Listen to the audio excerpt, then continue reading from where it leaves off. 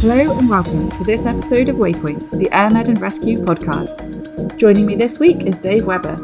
He has worked as a rescue technician, remote site medic and skills instructor for over 2 decades.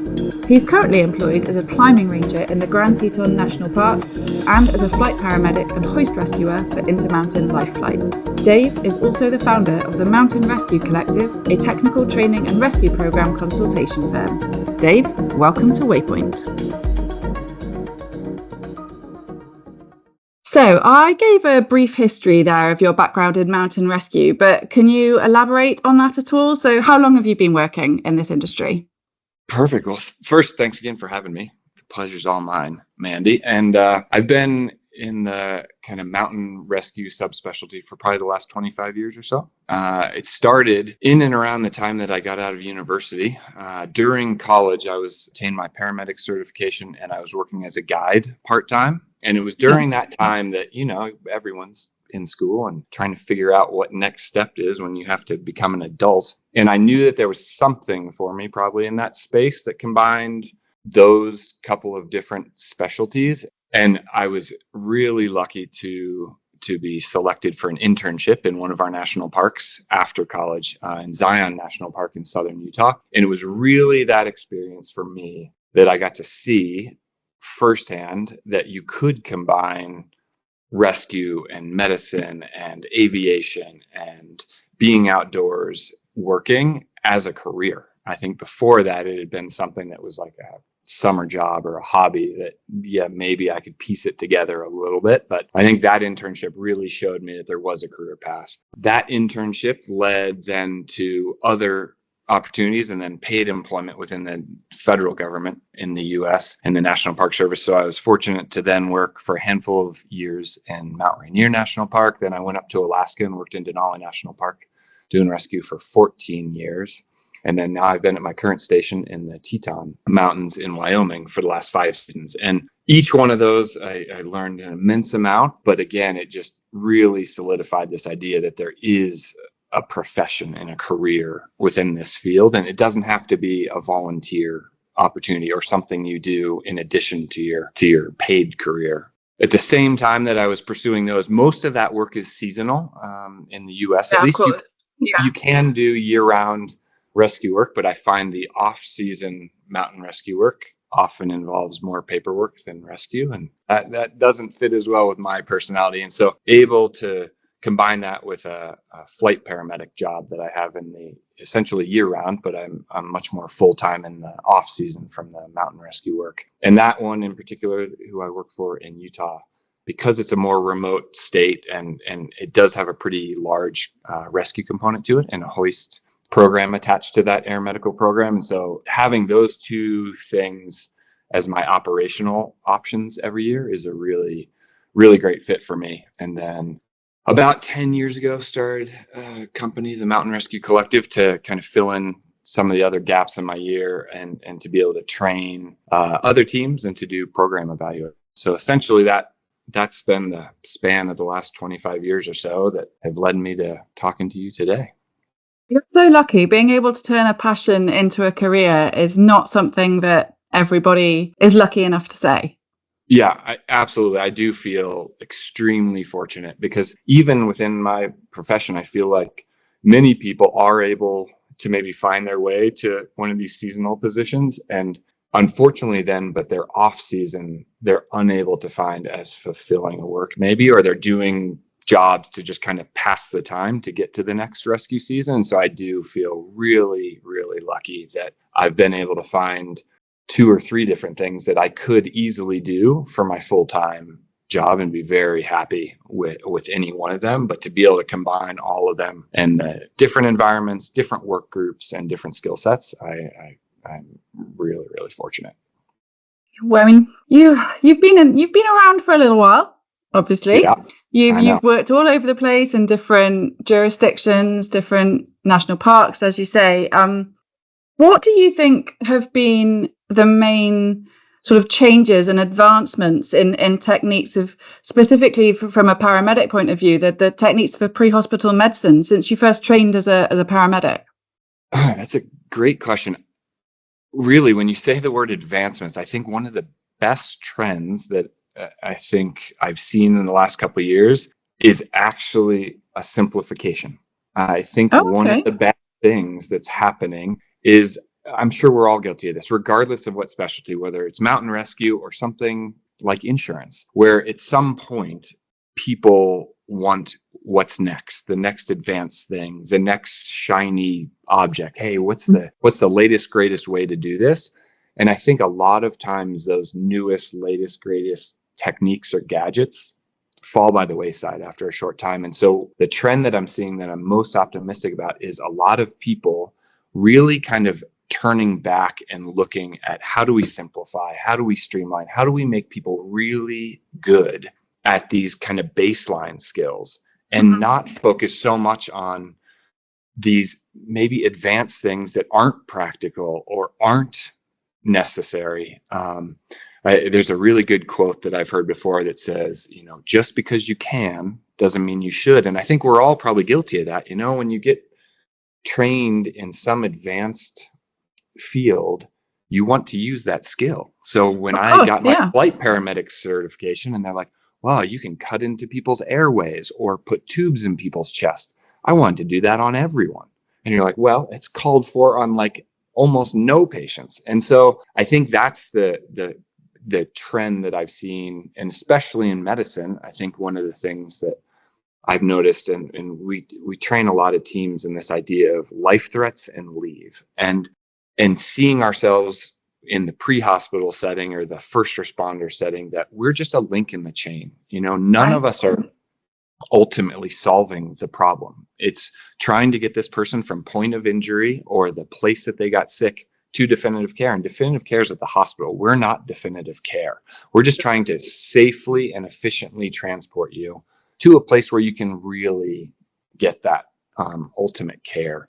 And so I think focusing back on streamlining and simplification and reminding us all that, hey, we're links in the chain, just trying to do the best job at getting people from whatever remote area they're in to a place where they can actually get that definitive care, I think is really encouraging. Because whenever we do things in the field, it takes time. No matter how fast and skilled we think we are, every decision, let's do this procedure, let's add this medication. And I think really, instead of using your advanced training to do advanced stuff, we should use our advanced training to say, hey, that's not necessary right now. And my advanced training and knowledge tells me we can just transport to the hospital and really focus on these kind of life-threatening things and move. Yeah. So make better decisions, right? Yeah. Use your advanced knowledge to make better decisions, I think is a really great thing. Nice. So a lot of the training that you do, that's with the Mountain Rescue Collective. How did that come about? How did that start? Well, I think like so many things, whether it's a product or a service, it essentially started out of the need to fill a gap. And the gap that I saw and the gap that I still see is we tend to train in these kind of isolated silos. So even right now, I'm starting my rescue season with the National Park Service. We tend to do our training where, okay, this is our medical training block. Now I'm in my helicopter training block. We're about to do our technical rope rescue block, but everything is kind of partitioned out individually. Yep. And I saw that there's a real lack, and continues to be, in realistic, practical, and combined skill training. And so that was the niche that we saw, and we're continue to try to fill, where no rescue happens utilizing one skill set. Every rescue takes multiple skill sets in the kind of technical skill realm, the leadership realm. And so trying to present that type of model to teams, where it's like, hey, let's train the way that you're actually going to rescue people when we do have multiple skill sets involved, and kind of do that in scenario format and assess programs that way too, because things just don't happen in these little kind of individual skill set disciplines. But we train that way, and we continue to train that way. And I think one of the problems with that type of training, similar to what we were just talking about, is if I have 3 days to train on medicine alone, I will likely, towards the end of those days, need to fill some time. So what are we going to do? Let's just keep showing more and more advanced things that oftentimes don't have a ton of utility in our environment. So instead of, delving down the rabbit hole and getting really advanced in all these specialties, like, hey, let's keep focusing back on what's practical and realistic when we combine these skill sets. And so that was probably the biggest impetus for starting the Mountain Rescue Collective. Team dynamic is so important. The connections between the flight crew and the hoist crew and the paramedic, that communication. I mean, the higher performing teams are going to have a level of safety and quality and better outcomes, right? So what do you think, apart from communication, which we've already kind of touched on, but what else sets the higher performing teams apart from those that aren't quite there yet? I think a piece of that answer is exactly what you mentioned. The team dynamics, the human factors. Yeah. People call it the non-technical skills. Often it's the things people don't want to train. As soon as you tell a group, hey, we're going to talk about human factors, there's an immediately and a collective exhale in the room of like, oh. So if you do it in a combination with technical skills, I think that really can pull people in and show, hey, I do think the highest performing teams are those that become masters at the technical skills, but also masters at those non-technical skills. They are really, really experts at working on a team together. Right. But if we think about where most of our training is directed at, it's usually those technical skills. So we spend tons of time doing the nuts and bolts of rescue and failing to spend time being like, hey, we need to just develop this group as a team so you can work together. Within your whole team, you'll have people that can tie all those knots and assess that avalanche risk and do all that stuff. But if you can't function well together, all that is going to kind of keep you at that moderate or low performing team level. Teams consistently that perform well, I think, are those ones that are just chronically moving forward. They're not stagnant. They are always looking for, hey, how do we get better? What is a more efficient way to do this? And that is usually, as I say, leader led, but team driven. So the leader or the leaders might set out the vision, but then it's got to be driven by the team. The team's got to have buy-in of like, yep, this is where we want to go. We want to be a part and we want to be integral to this high-performing team. And I think the simplest way I've put it, when you ask like high-performing versus lower-performing, the high-performing teams, no matter what problem, no matter what they're presented with, will find a way.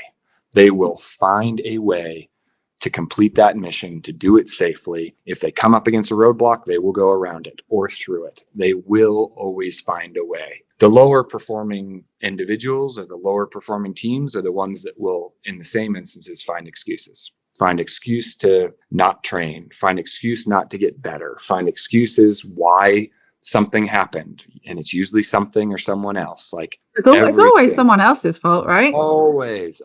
Except on those higher performing teams, you listen to their debriefs and you will go around that circle and every single person, I did this wrong. I can do better at this. Next time I won't do this. And it's such a distinct difference between those groups. And I think those are some of the things that kind of set the higher performing teams apart from the folks that are maybe in the middle range or the lower end of that spectrum. So going to be a little bit controversial. On the same topic, ego, right? The ego that says you're the best at the job. You're not going to listen to anyone else. Never mind what the team is saying to you about what might be the next best step for your rescue. And something that occurred to me, and I might be wrong, but rescue crews typically are dominated by men, right? They're usually physically strong. They're powerful. They're alpha males usually. How much of a role does the male ego play in some of these sort of team dynamics maybe not working perfectly? And what effect would more women being brought into the team have, do you think? Do you have any teams that are mixed male and female, and do they work differently?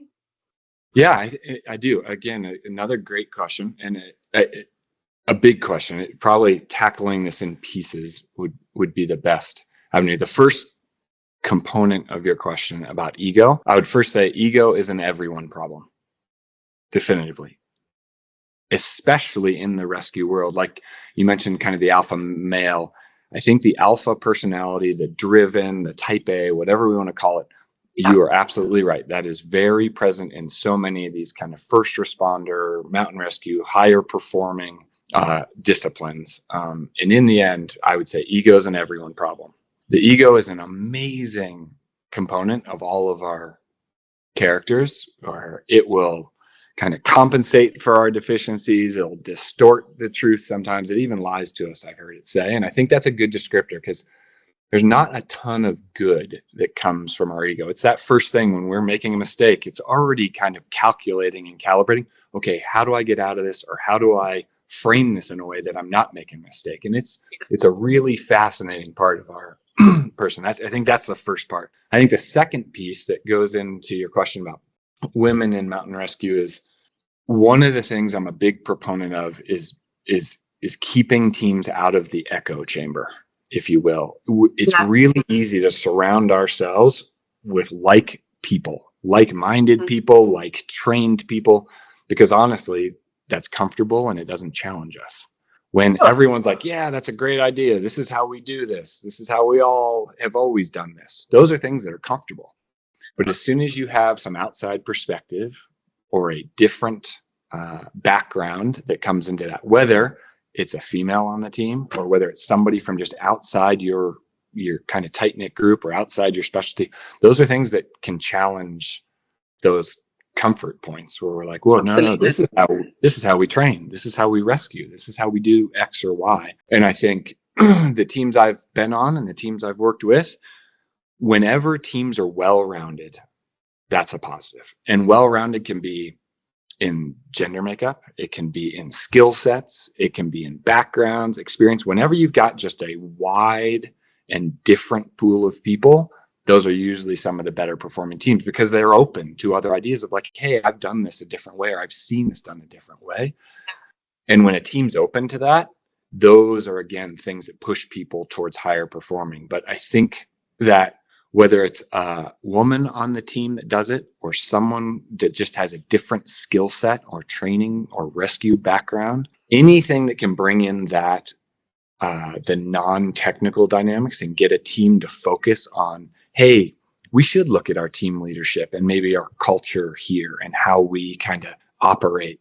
Those are things, if you can open up those conversations by whatever means, it yields, I think, a higher performing team. When people are able to look at themselves and be like, hey, here's all the places I'm deficient and I want to get better, like maybe somebody else on my team, those will all, I think, improve outcomes and improve team performance on a team. So I think wherever you can, keep egos in check and keep your team really well-rounded. I think those are some of the other things that will push teams towards that higher performing end of the spectrum.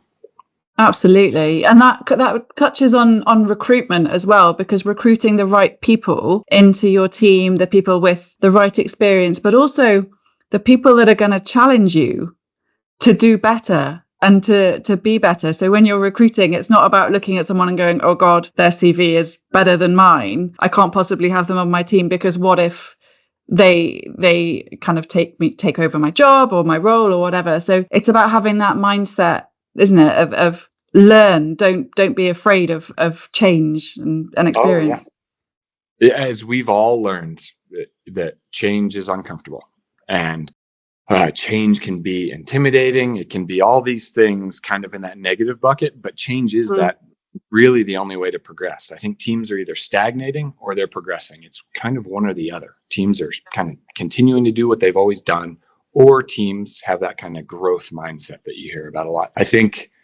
you use the word that we often don't do. You say recruitment, and then people don't do that. Recruiting is going and finding and getting the people on your team. And so often I've been a part of teams that we knew or know the next 3 people we're going to hire. because we've reached out to them. We've Right. recruited them. We've said, hey, here's what we've got going on. We don't have a job right now, but we will. And you're next in line, or you're two in line. And we really like to have you on your team, but you really need to go target those people. I think conferences and big group trainings are good. Like looking around those rooms and be like, who's the best person here? And go after them. Be like, hey, I want you on my team. Like come to our side. And I am definitely not a paid sponsor of anything, but ZipRecruiter, LinkedIn, those are not where you're going to find your star. You're not going to just cast the web, cast a net out into the dark web and come up with this superstar. You should go out and find that person. Like, who are the industry experts? Who are the people that are on other teams that are leading the way? And you're like, hey, why don't we go after them? Like, get them over here, get their ideas over here. Because although that change or the differing opinion can be uncomfortable, it truly is the way for everybody to be able to look back and be like, maybe we keep doing it the way we've always done it, but we at least looked at it and we said, hey, we've heard there's other ways to do it. Let's explore that and see if that works for us. And if it doesn't, okay, maybe we revert to or stick with the way we've been doing it. But I think just being open to that progression is a big first step for teams, because it is, again, there's an amazing book that was written in recent years called Comfort Crisis, and it looks at kind of personal life and professional lives and how averse we are to discomfort. But discomfort is where growth and where change and where progression and where team betterment happens. And there's really no way around that. Like, you can think about it for yourself. Like, you think about the big life lessons you've had, like the things that you were like, I will never do that again. Those happen because we make mistakes. Like, you don't learn a ton when things go well. You don't learn and get better when things go according to plan. You change and get better when things go sideways. And I think when we acknowledge that and be like, okay, what are my 5 biggest career lessons that I have? They were all because I royally screwed up. Yeah, that's true. And much as we hate to admit it, they're what you learn from that makes you better in the future. And the safety net of kind of just staying in the same place, though, is something that we must all, I think, perpetually fight against, whether that's in your career or in many other life situations, really. Human beings, we like static kind of generally, right? We do. Yeah. It's a place where we feel supported, comfortable, safe, all of those things. And if we surround ourselves with a bunch of people that also don't want to change, then that's what we have, a group that's not changing. And we're not changing for the better. We might, if we are changing, it could be for the worse. And I don't think anyone signs up for a job or applies to be, especially in this field of mountain rescue, no one gets into that being like, I hope I'm on like a lower or moderately successful team. Everyone's like, I want to be a part of something great. Yeah. And then over time, we just kind of forget that and be like, well, to be a part of something great, we got to keep making it great. And that's an individual choice, I think. And then it helps when you got leadership that's kind of pushing that ideal forward as well. Absolutely. And leadership is also something that is so necessary in terms of pushing training forward. We talk a lot on this podcast and in AirMed&Rescue magazine as well about simulation training versus live training in the helicopter, in the fixed wing aircraft, and it's different for the flight crew. The sims for the flight crew they're coming down in price. A lot of them, the software that's out there now for the computers is incredible. I mean, when it comes to rescue teams, and this comes back perhaps to that dynamic teamwork between the flight crew and the cabin and the guy on the hoist. But where are you when it comes to sim versus live training? Where do you stand? I think I am a huge proponent of training, period. And I think we should be training something every day. Right. I think whether it is simulation, whether it's me alone at work, just running through a protocol or practicing a knot or in a team setting, like, sure, it would be ideal if every day, whatever organization I work for could afford to go out and do live helicopter training.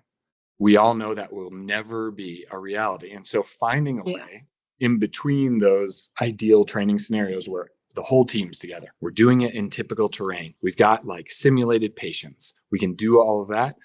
Many people are like, well, that's the only way I want to train. And so then they'll not do anything in the interim. There was a really cool study a couple decades ago that just looked at basketball players, US college basketball players, and they essentially broke them up into 3 groups. And they said, first group, we want you to just go into this room, really comfortable, sit down, relax. There's food, drinks, just take a little bit of time and relax. Middle group, same kind of room, comfortable. They were like, when you're in this room, what we want you to do is just mental visualization of every component of your free throw. So that basket shot that is routine, it's from the same place every time. We want you to go through and analyze every single thing, how you breathe, how you hold the ball, how many times you dribble before you shoot. Are your eyes open? Are they closed? Like every small, minute detail of your free throw. Then the last group, they were like, go into the gym and do free throws, just practice. They saw similar improvement in those second 2 groups. So the people in the room just visualizing every part of it and the people doing it saw improvement. And I think for me and for the teams that we train, you say, hey, you're not going to be able to shoot free throws every day. You're not going to be able to hoist every day. You're not going to be able to do rope rescue in a cliff setting every day. But you can either do components of it or visualize pieces of it every day so that when you do get back to that place, you're ready, you're mentally ready. And I think for us is at the end of every shift, you have a simple question you can ask. I think you can saying to yourself, did I get better today?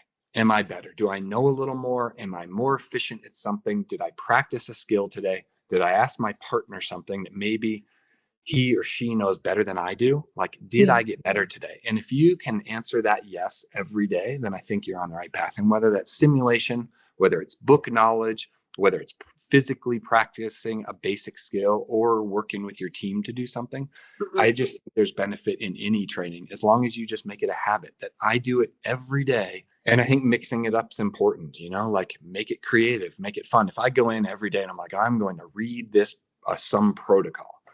After about 5 days, I'm pretty bored with that. So it's like one day I do a tactical skill. One day I do more cerebral skill. One day I do some simulation. One day I put a blindfold on and try to do that same skill when I don't have my visual reference for it. And buddies always help with this. If you got somebody on your team that'll drag you out of the lazy boy and be like, hey, let's go practice something. And I think just a little bit every day, getting better every day, that's the path. And at the end of your shift, be like, did I get better today? If the answer is no, then change that the next day. All training, I think, is beneficial. And as you said, the simulation training is getting better and keeping us, I think, more prepared for the live. But I think just having that training habit is really the big step that teams and individuals can take so that when they do get the call, they've got those basic skills really in hand and really mastered so that they can operate well, because that's ultimately what we want to do. But it brings me to a sort of different aspect, which is the mental well-being of first responders. The nightmare scenario is it's your wife, your husband, your child, your mother, your father, and you've got to go and you've got to be a professional because you're there and you've got to execute your job. What happens after that? Because while you're there, you hope that your training will kick in and the muscle memory will kick in, and if you've done your training, you will perform. But afterwards, the trauma that you might feel is different. Do you think that our industry sort of places enough attention on the mental well-being of the people that are facing these somewhat traumatic incidents sometimes? Yeah, that's a tricky question. I think a couple parts again. The first being, I think one of the unique components and maybe surprising components of mountain rescue or air medical rescue is it can be, I think, one of the brain's defense mechanisms where if you respond to, say, a car accident or someone, say, who's having a medical emergency that's, say, really unhealthy, it's easy for our brain to look at that person and be like, well, that's not, I'm healthy. I eat well. I take care of myself, whatever. This person maybe do that. The mountain rescue world, on the other hand, it's much different because I think often the people doing the mountain rescue are the same people that are recreating out there. And so almost everyone that we respond to in the field is me. I look around like, wow, you were climbing today and got hurt. Yesterday, I was climbing and could have been in the same position. I think so. That's the first component of this, the kind of mental health question, especially in mountain rescue. Your answer about is there enough resources or support? The issue that is present currently is the utilization. And so, yes, there are tons of resources out there that will all help both team members and leadership navigate some difficult circumstances, whether there's a significant event that affects one person or your whole team. Those resources are there. We've all probably heard a lot about mental health in the last handful of years. And so I think we're at this place, it's early on. So yes, there's plenty of resources right now, but the issue we're currently facing is the utilization one. It's always been out there. And I think before we just didn't have the tools or the language to address it. And unfortunately before, I think people would just have a breaking point because they didn't know what was going on. And then you just lost those people out of your team, or they just left rescue altogether. And that's really unfortunate. Instead of like, hey, we can manage this going through, because we'll all have probably a couple sentinel events in our career that are really going to shape our career and could affect us negatively, or it can be a growth point for us and the team. Yeah, that's beautifully put. It's that learning from experience and making good outcomes from poor outcomes sometimes. I mean, that's what you're passionate about, and that's why you're doing what you're doing in the Mountain Rescue Collective, and all your training efforts is bringing those teams together to ultimately get better outcomes.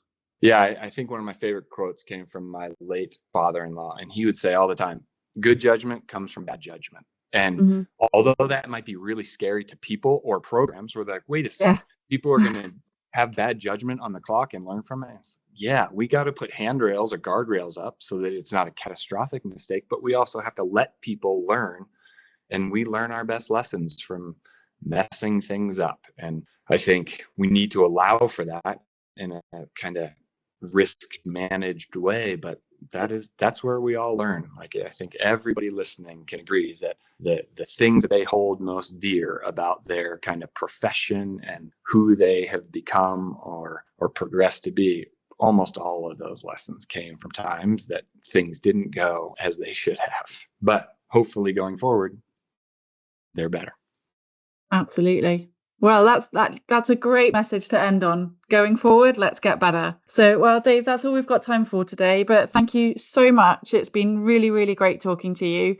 I really appreciate you taking the time to come and chat to us. Thank you so much for the invitation. And that's all for this episode of Waypoint. Make sure you subscribe and follow us on social media to get notifications for when the next episode goes live. Thanks for listening.